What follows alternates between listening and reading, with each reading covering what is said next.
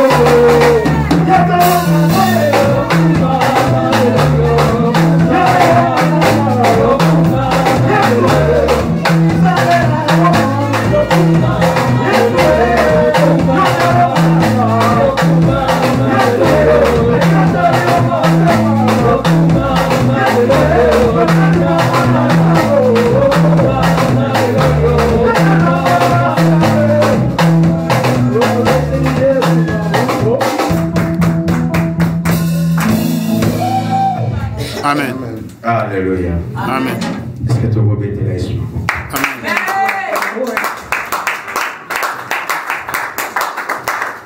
Amen. Amen. Ok, nous allons écouter la parole de Dieu. We're going to listen to the word.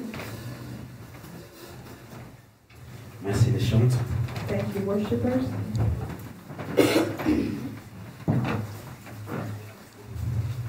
Nous pouvons nous asseoir. Please, we can sit down. Je bénis encore le Seigneur pour cet après-midi, pour cette soirée. I praise the Lord again for this afternoon, this evening. Et Dieu qui a permis par sa grâce And the Lord who made it possible que nous through His puissions encore parler grace de sa part. that we may be able to speak again coming from Him. Lui qui m'a donné cette opportunité, The Lord who gave me this opportunity.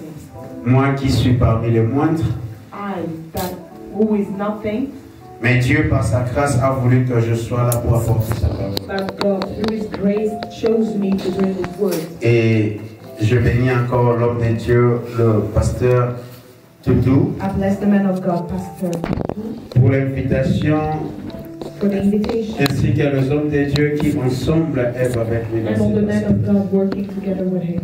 Que Dieu se glorifie. May God receive all the Et glory. je bénis aussi votre présence. And I bless you for being here Vous present. savez, nous sommes dans le jour des fêtes We are in those last days of the year, et beaucoup sont préoccupés par ce qu'ils vont faire pendant la fête. and many are preoccupied by what they will do during Ils sont en train the last day. de s'organiser comment passer des fêtes. They are organizing themselves to feast. Et certaines doivent travailler et puis revenir se préparer pour les fêtes. Some of them have to go to work and come back to prepare for the festivity. Mais toi, Dieu a permis par sa grâce, But the Lord, through His grace, made it possible. malgré tous les préparatifs de fêtes, que tu Whatever sois là. what you may have had as occupation, Et je voulais te dire que tu n'es pas là en that you vain, can be here, and let me tell you, you're not here for nothing. car Dieu a quelque chose de bien pour toi. Because the Lord has something good for Le you. thème de notre message s'est intitulé Our theme is Ciel ouvert, the sky, the heaven is open. où nous avons partagé hier Yesterday we spoke dans together le livre de Genèse 28, in Genesis 28, là où la Bible nous parle de la rencontre de Jacob avec son Dieu. where Jacob met his God. Pendant que Jacob passait un moment où la nuit s'est présenté devant lui, while the night came in front of Jacob, pendant que le soleil s'est couché au while devant de the Jacob, sun was going down et for nous avons Jacob, expliqué, we have explained, nous avons dit, lorsque la Bible parle du we soleil, have said when the Bible is speaking about the la sun, Bible parle du bouclier. it is talking about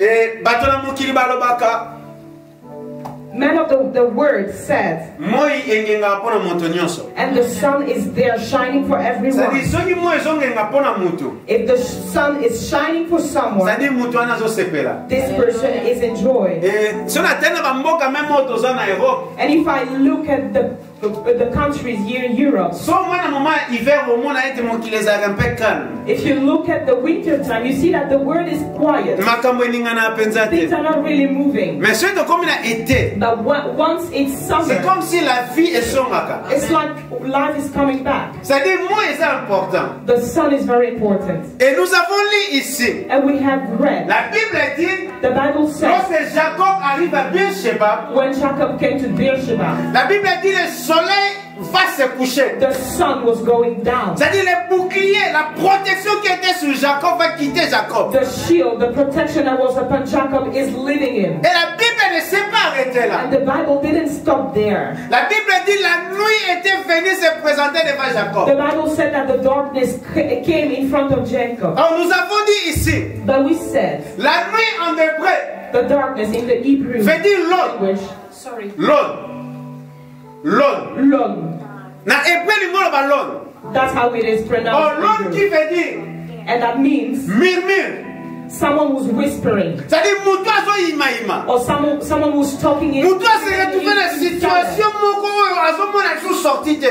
He cannot see a solution for him. Mulili se koti. Darkness has taken the place. Azomona sous clair te. He doesn't see anymore. C'est-à-dire likolo eza okangama. The heaven is closed. Et cette personne là a besoin likolo fungama pour la vie na And ye. such a person needs the heaven to be open for him. Jacob visité par son père. Jacob was visited by Son his père le father. bénit. And the father blessed Avec him. la bénédiction, Jacob sort. And he went out with a blessing. Mais au of milieu his de la father. route, But in the midst of his way, pour aller vers l'endroit de sa destinée, going to where he was supposed to la arrive, Bible dit le bouclier de Dieu va quitter the Jacob. Bible said that the shield of God removed La nuit va se présenter devant Jacob. and the darkness came into his life. Tout était devenu noir. Everything was dark. Tout était fermé. Everything was closed. Jacob ne voyait plus rien. Jacob didn't see anything else. Jacob ne savait plus comment s'en He sortir. didn't know how to Il do it. avait besoin de l'intervention And divine. he needed the gods to come. Il avait besoin que le ciel soit ouvert. He needed the heaven to be open. Alléluia. Amen. Likolo sengela ke fuma pour Jacob. The heaven was supposed to be Pour open mourir ce côté qui. because the darkness was there. Et hier na loba na biso boy. And yesterday I said this. Lelo na loba na butu. And today I will talk about the darkness. Pourquoi lelo loba na butu? Why? Wadi se butu na via butu. When the darkness comes into Se mulili na via butu. life, when it comes in one's Mutu na life, besoin ya mona pole. that person needs the light. Alléluia. Amen. When mulili se na via mutu. When darkness comes, Mutu tana zo tambula. when a person is walking, Azo mona su obstacle ya koso na ete. that he cannot see whatever is in front of him. Ako kwa ya facilement. He cannot see because he can fall. Ako tout na facilement. He can Pour fall. ayebi su ko distinguer te ni nezali ni nezali. Because he cannot distinguish what is in front of him. Pourquoi parce que butu ekoti. Why? Because the darkness arrived. Jacob a komi sika moko. Jacob arrived and Butu the eye. darkness was there. Na esobe. And it was in the desert. Ayebi te na usa nini. He didn't know what to do. Toyebi na kati ya desert. We know in the desert Banyama mabe bazali. there are many animals that can come. Mais Jacob a se retrouvé dans situation moko. And he was in such a situation Malgré la parole prophétique, il y a des pambolés à qui n'a that he had this word, the prophetic word in him, but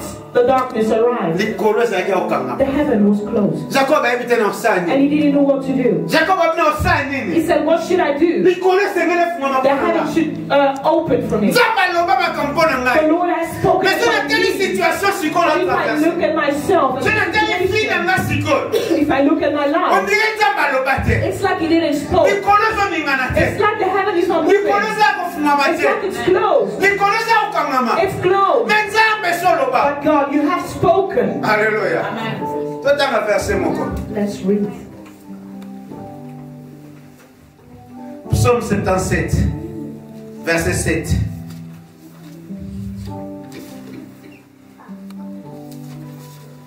Psalm 77, verse 7.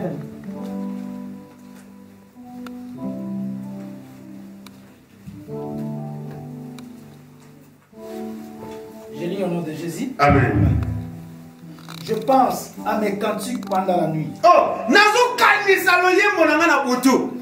Je fais des réflexions au-dedans de mon cœur. c'est-à-dire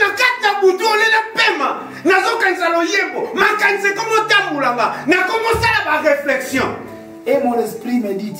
Oh, mon méditer. David a l'objet. David said, Na komi na butu. it's night. Olena lala. Instead of sleeping. La nuit vient où personne ne travaille. John said the night is coming where no one is supposed to work. Mais But here David is saying it is night. Instead of sleeping, he is not able to sleep. He said my soul is meditating. And I remember the songs. I remember it during the night. Instead of taking some rest. But the Bible said he has no rest. He has no peace. He's crying. He's crying, shouting. The night is a difficult time. When the night arrives in our lives, we don't know what to do. And many. And most of the time, it's when we are facing situations of our life. And during the moment, we're asking for the heaven to go open. This is, I want to tell someone, the God has taken the decision for the darkness of the night to go away. Hallelujah. Amen. Amen. You should have said amen if you agreed. He said night. The night. I'm crying. Job. Chapitre 20. Non, chapitre 30. Job 30. Job 30. Toi, t'en as 17, 20. 17 until 20. We're still talking about the night. You know why we need the heaven to go open? Listen to what Job said. Je lis au nom de Jésus. Amen. La nuit me perce et m'arrache les os. La douleur qui me ronge ne se donne aucun repos.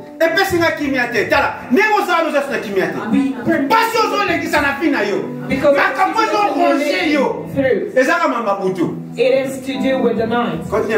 Par la violence du mal, mon vêtement perd sa forme. Even the clothes I'm wearing, when the night arrives, we'll see that even though we're nothing is working, we go to the bar. New clothes, but why? Because of the night. Il se colle à moi. People who are that can see my 18 à 20. Dis-moi ça, pasteur. Dieu m'a jeté dans la boue.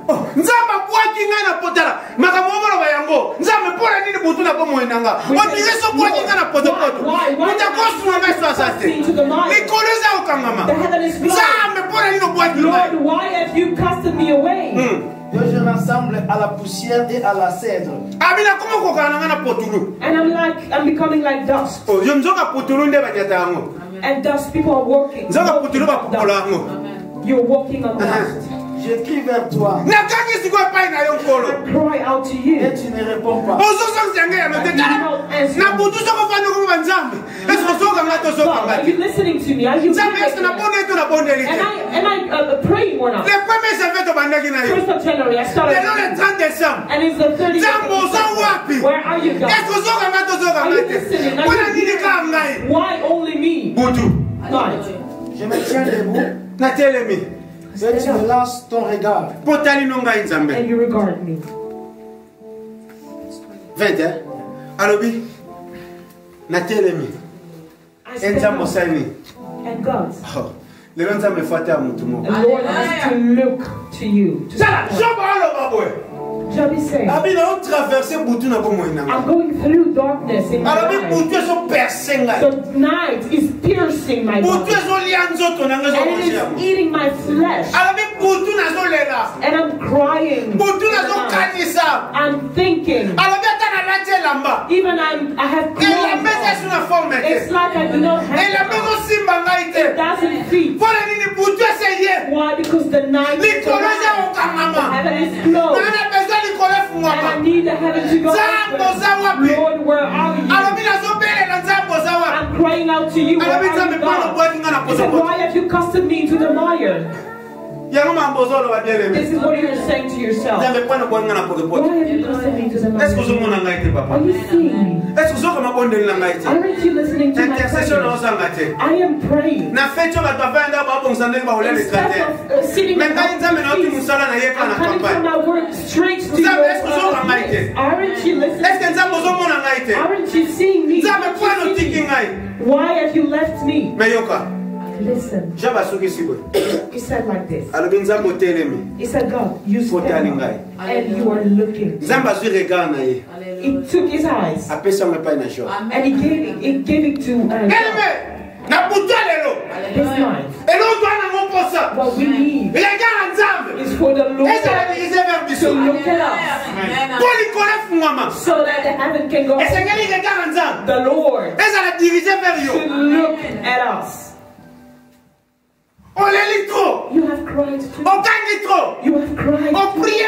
You prayed a lot. But what is the problem? Even in your prayer, you have the feeling like God is. It's like God isn't looking at you. But you didn't stop there. Lord, I'm at the end. But what is very important? The Lord stood up and he looked to Job. If the Lord is looking at you, if his eyes are looking at you, what happens? The Lord cannot look at his child and let him suffer, let him cry while he's seeing him. But the child that will if you people this world, you are able to give your children a bread. You're not giving them a stone when they're asking for bread. What about me, about in the heavens? This verse, they are not comparing, but it is something like a contrast. Is not between what we do. But he said, if we, that people, sinners, we our children ask for bread, and we give them the bread asking for. What my eyes are looking at you.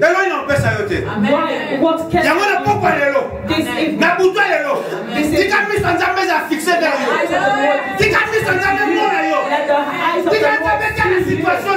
the Lord see your situation. Someone in the Bible, he needed the eyes of the Lord to look at him. Sorry. Leah was the name. We open our Bibles.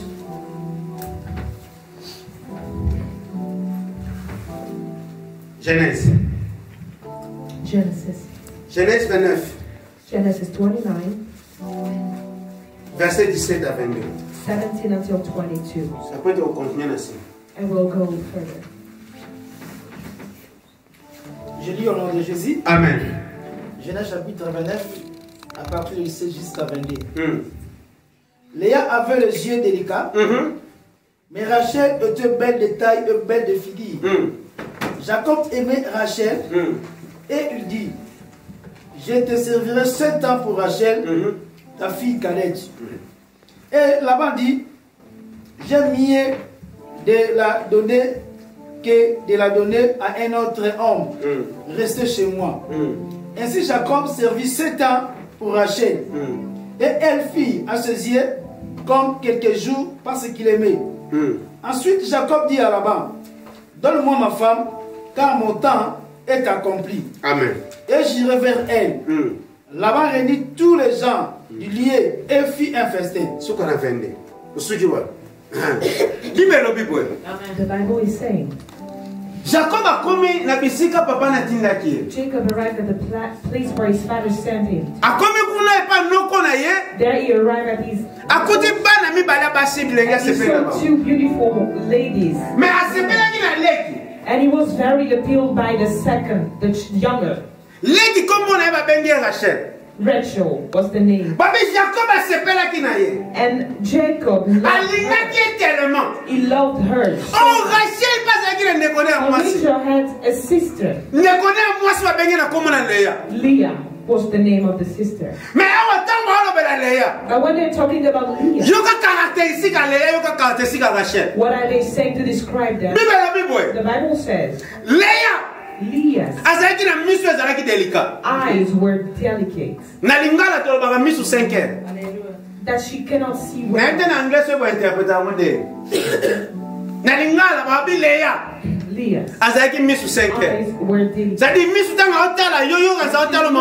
You think that she's looking at you, that she's not. Hallelujah. Amen. But when they're talking about Rachel, they're saying she was so she had good characteristics. Heaven was already open for her.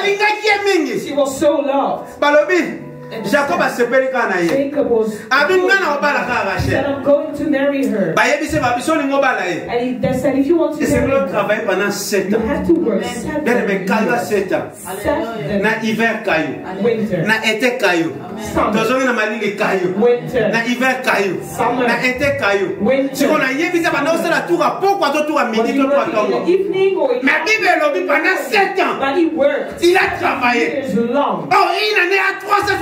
Jours. The year has 365 Donc dimanche, à l'église, when he's finished with it, to work for Rachel. How beautiful was she? Hallelujah.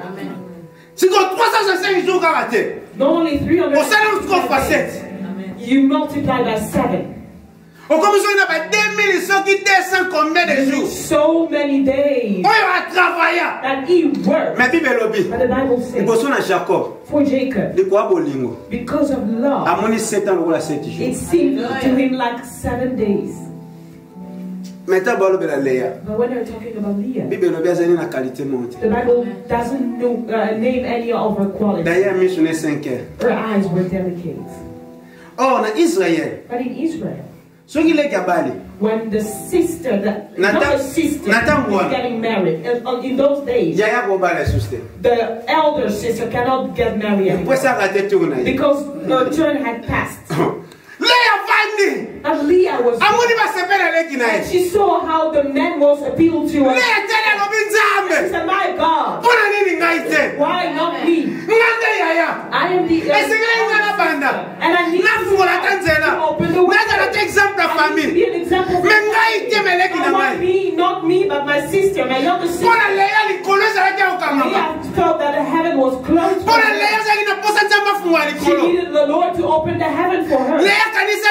And she thought, if Jacob's he may change, I will not make it. Just give me Rachel. Until the last day, she said that he wasn't looking at her, and she was going to darkness. Why is the heaven closed for me? Why aren't you looking at me? 365 days. The 30 years going to be the 30. I just had 2 days left. She opened the house. She called out to him the same way that you do. It didn't change anything. Jacob shows Rachel. Now listen what the Bible is saying. Starting from 22. What are the characteristics? She wasn't beautiful, but she had something. Her eyes were delicate. If you look at her eyes, you can see it's like she's not seeing well. Hallelujah. That was her characteristic. She wasn't beautiful, but she had something. Her eyes were delicate. Papa, 23. Je lis au nom de Jésus. Amen. Le soir. During the night. Il prit Léa, sa fille, et la mena vers Jacob. Qui s'approcha d'elle. Et là-bas donna pour servante à Léa, sa fille, Zilpa, sa servante. Le lendemain matin, voilà que c'était Léa. Alors Jacob dit à Laban.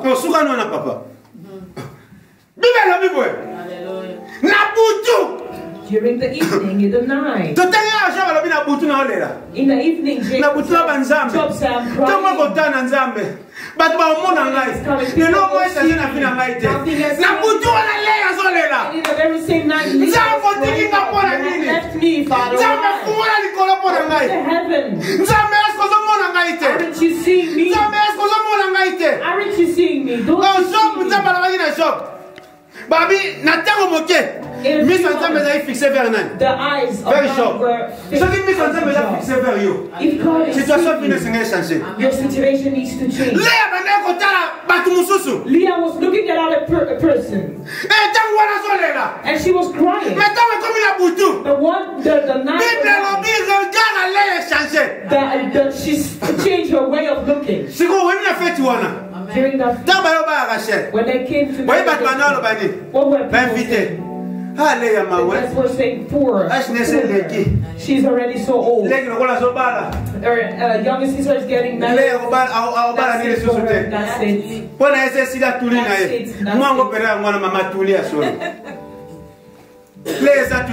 That's it for her. But what people forgot. That he was only the night. Let me cry during the night.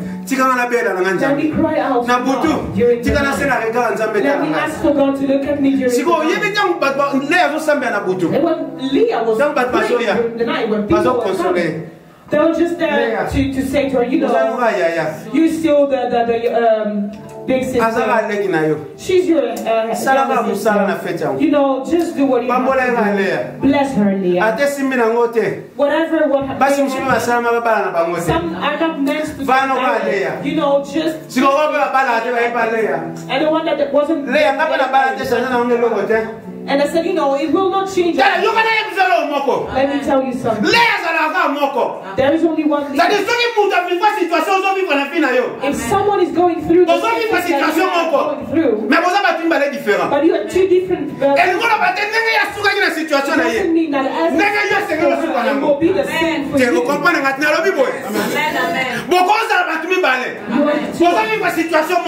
make them go through the same situation, but not the same situation. But that's why I went I'm starting to think that my life will not go further. Let me do whatever I can do. My eyes is now so old. I'm so old. I will not get married. I will not get Let me do whatever I want. Let me tell you. There is only one man. You may look alike, but there is something particular unique in you. Her end is not yours. People were coming to you. And you know what was her? She was looking at the way was like feeling pity for her. But she wasn't even looking at her. She was looking at the things she was see you, but she sees something else. There were c'est lui qui élève les cieux vers l'éternel. Alors il s'élève les cieux vers l'éternel. Tout me viendra les secours. Je connais Bisayo. Secours à yo. Il va la voir pour moi. Et donc c'est la papa en consoloté. Et donc c'est la papa en courageoté. Mais donc c'est la mission à yo. Elle a fixé la licolo. Alléluia. Bon, alléluia. Alléluia. Léa. Pas de consoler. Léa, tika kaka. You know, c'est Simba it was a word. You're so old already. And she was looking at her with a delicate eye. And they said, oh, poor her. But she was looking at that, looking at the fire. And she was talking, speaking during the night. But the Bible says in 23, when the morning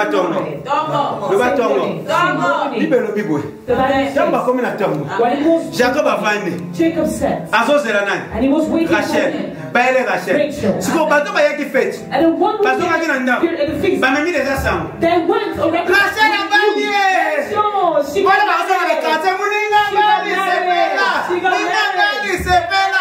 she got married. They broke the news. The whole town knew about it. Rachel, she just got married. But in the morning, that's my morning. Your morning. When the morning arrived, that you, the one who did not, that you that were going to see Rachel in the morning to be present. But then and when Rachel went cleaning the where Rachel was supposed to be, Leah, telling you, your place is your even if if the eyes of the Lord are looking to you, if the eyes of the Lord are looking to you, you will not fall. Stop with crying. Stop with explaining your problems. Stop with explaining your situation. Leah didn't explain it. She said, I'm the first one. I'm the first one. That's not her problem. She was just going over her work.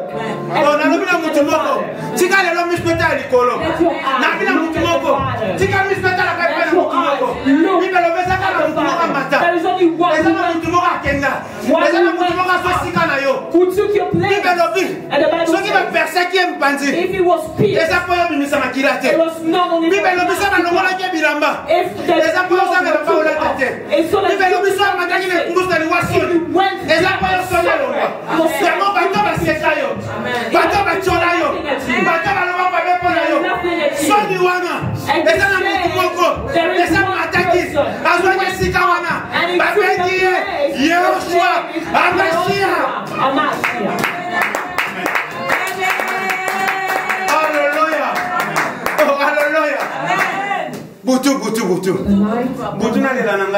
Maintenant, on ne l'est pas dans mon tout. Let me cry in the night. I'm not a poor person. I'm a to the Lord. And the eyes of the Lord to me. Hallelujah. Amen. Be like Leah. Leah had delicate eyes. Even if people were insulting her, she didn't care. You started already so long time ago. going to the church. But you're not more than 30 in the church. Just stay, sit down. Here we have success. We have everything. But just be like them. You look at them and you don't see them. You hear them, but you're not listening. The day that I was praying, even the priest said, will you stop with drinking alcohol?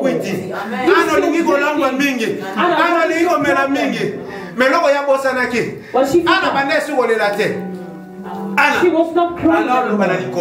She was looking at the heaven. When Anna was looking at her, the other wife, she was thinking nothing about the day she let them I'm old. I'm old. I don't care. Even if you believe in prophecy, the Lord said that I don't care. Today is the day of the Lord and me. The father and the child their conversation can change the prophecy. Hallelujah. Amen. It can give a prophecy. But when the child and the father are speaking, that can change the prophecy. They told him, you're dying today. He went back to the father. He said, no, I'm not going as a priesthood, but I'm going as a child.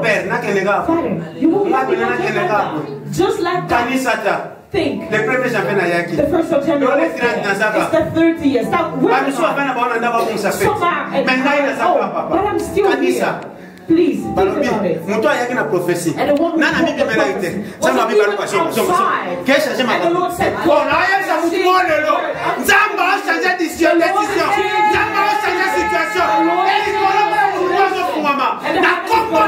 in the name of Jesus Christ. Alléluia. Alléluia. Le babutu. Le babutu. Le babutu. Même chez l'homme. The night may come, but the morning will arrive. The Bible says, in the beginning, la terre était informe et vide. Had no form, and it was empty. L'obscurité and the darkness régnait au-dessus des eaux. Was above the world. C'est-à-dire Boutou was raining. Amen. The God is standing there. Take the first place. But the first word that the Lord spoke. Que la lumière soit. Let the light be. If the light is coming, the heaven doors open. I'm telling you. The morning is coming. When the Lord was finished with speaking, there was an evening and there was a morning. And that was the first day. The Bible was in confusion. They had to say there was a morning and then a night or an evening. And then that was the first day. But the Bible started with there was an evening. In your life, if anything has not yet started, please be just happy. Because the Lord said that it starts with the evening. The difficult time. No, that's but no, started and up in the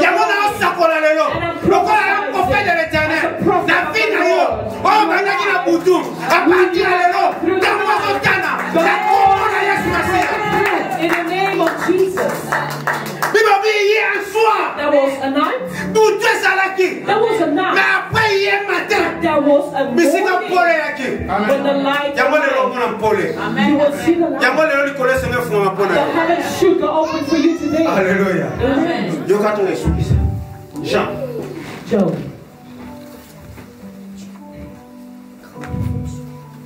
Papa, n'a-t-il qu'à combien de minutes? 45, hein? D'habitude à 45, maintenant tout ça à 25 ans.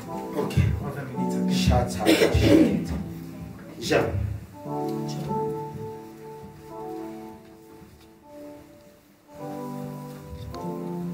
chapitre 2. John 2.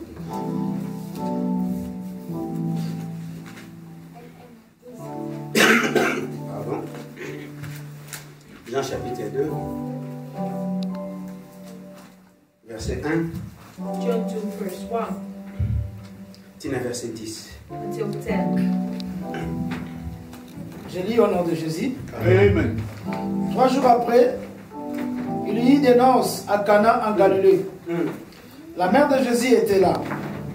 Et Jésus fit aussi inviter aux noces avec ses disciples. Le vin ayant manqué, la mère de Jésus lui dit, ils n'ont plus de vin.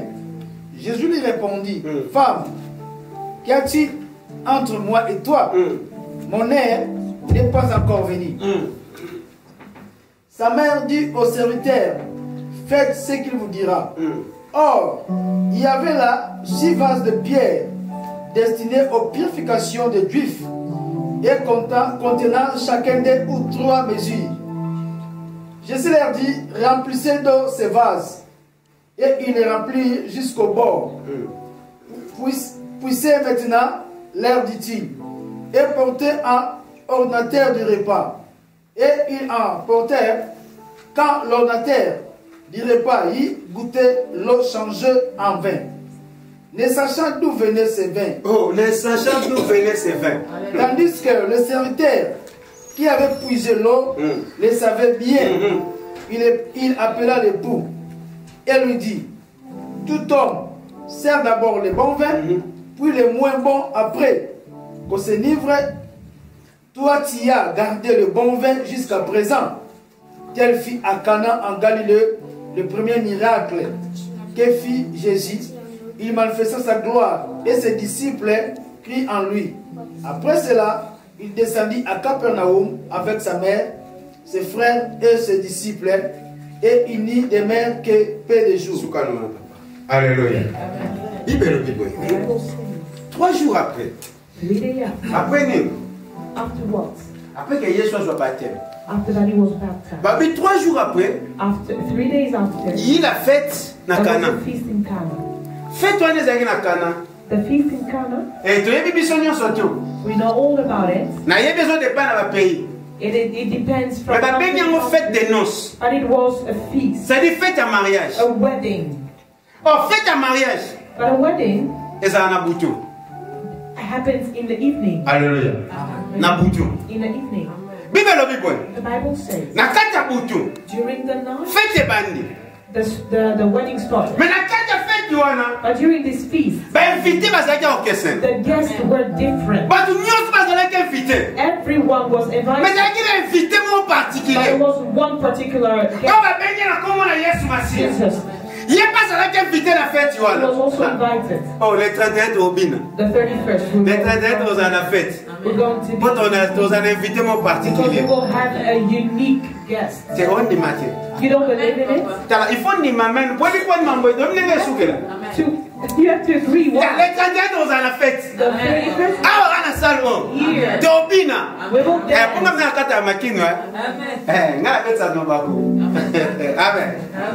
Ah, ben là obina. Why? Pour ils à 3 jours après. Because it will be 3 days. On est 31 au 3e jour. Yes, the 31st. The Bible says. 3 jours après. 3 days. Na kati fête à Cana. During the feast in Cana. Balobi invité mo za ko na particulier. Unique guest. Ba bengi na kombo na Yesu Masiya. Named Jesus Christ. Le 31 to sala. The 31st. C'est ça pour la prophète Alexité. Not for prophet. Pasteur Tututé. Not for pastor. Prophète Rochate. Not for Évangile de Seste. Not evangelist. Et ça pour la Yesu Masiya. Parce que yena za invité na biso par excellence awo. Yena to ya ko honorer. Yena to ya ko glorifier. Yena to ba merci. O ba teli biso mbula mobimba. He blessed us the whole year. Bible na kati fête. In the wedding, during the wedding. Ambiance ye. People were feasting. Bazobina. They were dancing. Bazomel. There was drinking. They were drinking. Bazomel. Butu kaka butu. By the night. Butu. In the night. Na katikati ya butu. And in the middle of the night. Bayo wala bayo sabamusa. They brought them the news. Masangesili. That there was no wine anymore. Siko oyebi na kata fête. Amen. In a feast. Biloko ko zala te. You know, you may not have food. Food may be finished, but if there is wine, people will still remain at the party. Hallelujah.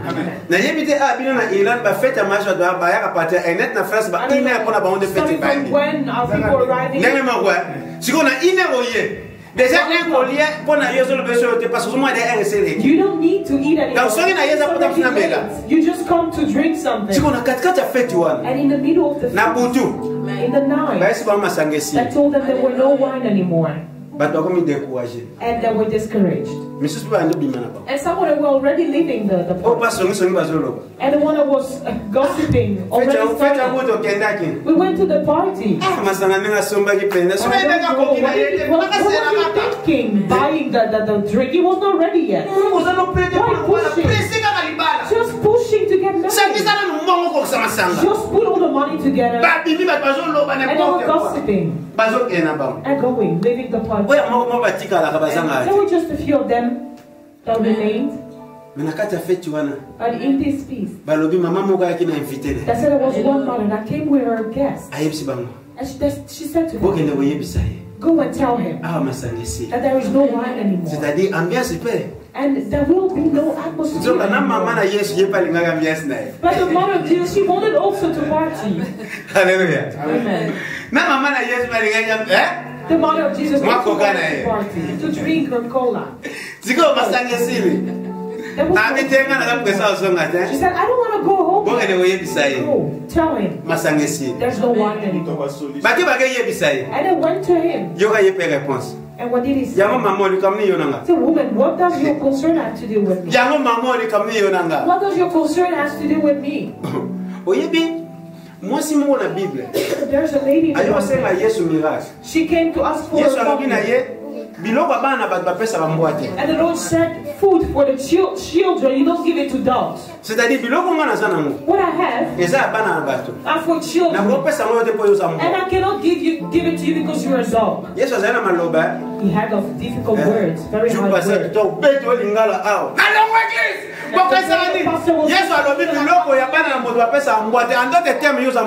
And he said, it meant actually you are a dog.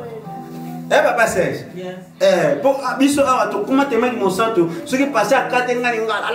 More sins than what I'm elder than him, but there's no elder. Hallelujah. No and Jesus gives the authority to a young people that doesn't matter. He becomes an elder. Hallelujah. Amen. Oh, hallelujah. Amen. What has your concern to do with me?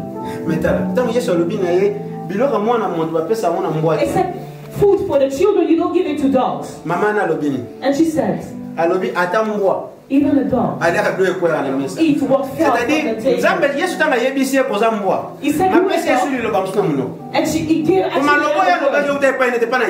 was a word coming from God's mouth.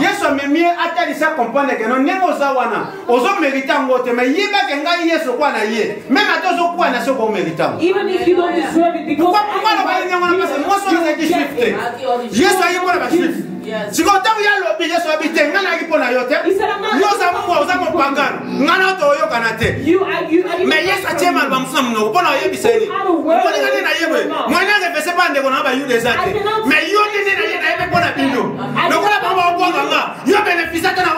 you can even take what is falling from my table. Hallelujah. Mother, what is your concern? And he put another word in her mouth. Even if he said that, go with him. Whatever he will say, do it. But he already said it. It's not my problem. But she said, do whatever he will ask you to do.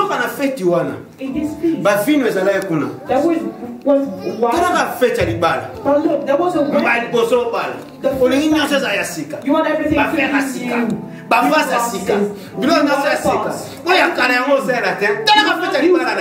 Amen. And I took all the water and I put it outside. They said some people could even wash their feet because we don't need them. They're not worth. People may use it to clean. Today, we need to use new water bottles. But new water pots had no wine anymore. And people were leaving. They said, yeah, this party has no They already started gossiping the party. This party, you know, we started but 30 minutes there was no wine. The party was over. Because I saw them. And what we were waiting for was the morning. There was the light. The heaven. And in the morning, the Lord they should have waited. But the Bible says, come, bring the water pots. I need the water pots. Even if they don't see me,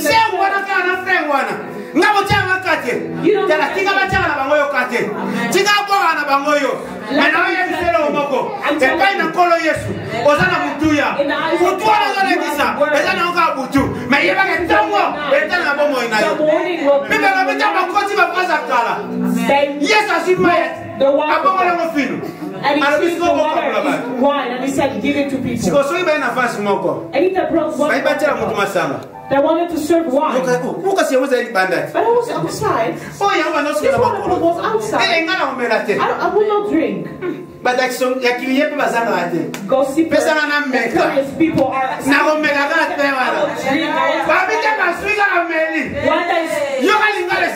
that changed.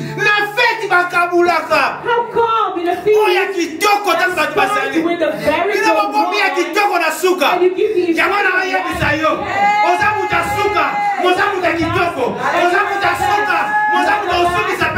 you are the best.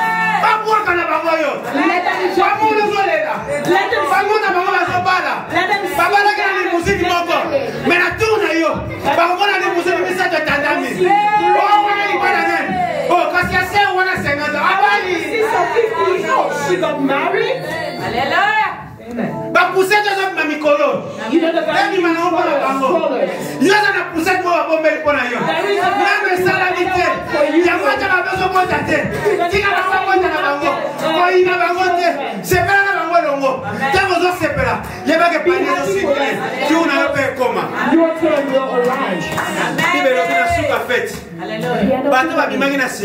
the one who that brought a news.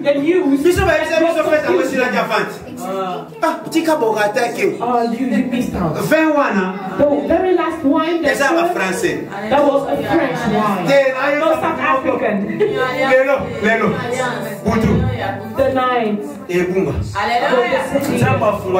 The Lord whatever was